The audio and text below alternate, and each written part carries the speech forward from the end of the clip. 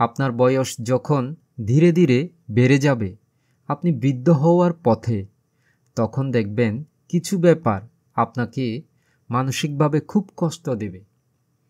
তবে আপনি যদি আগেভাগে সেই ব্যাপারগুলো জানেন এবং সেই অনুযায়ী নিজের মনকে প্রস্তুত করেন, তাহলে আপনার কষ্ট একটু কম হবে।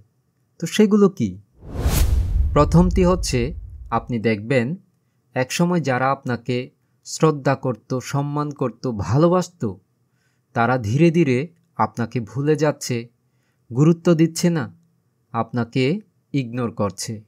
এমনকি নিজের ছেলেমেয়েরাও অনেক ক্ষেত্রে আপনাকে বাড়ির বোঝা মনে করছে।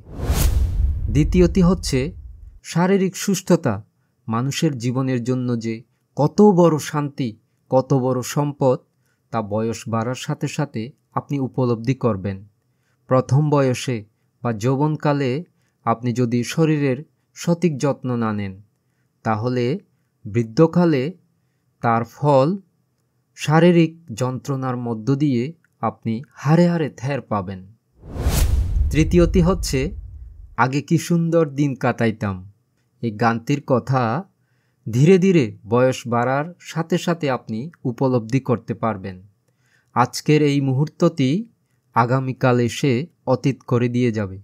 তাই এই মুহূর্তটিকে যদি আপনি সঠিকভাবে কাজে না লাগান, তাহলে বৃদ্ধ বয়সে সেই দুঃখের ভার আপনাকে বহন করতে হবে।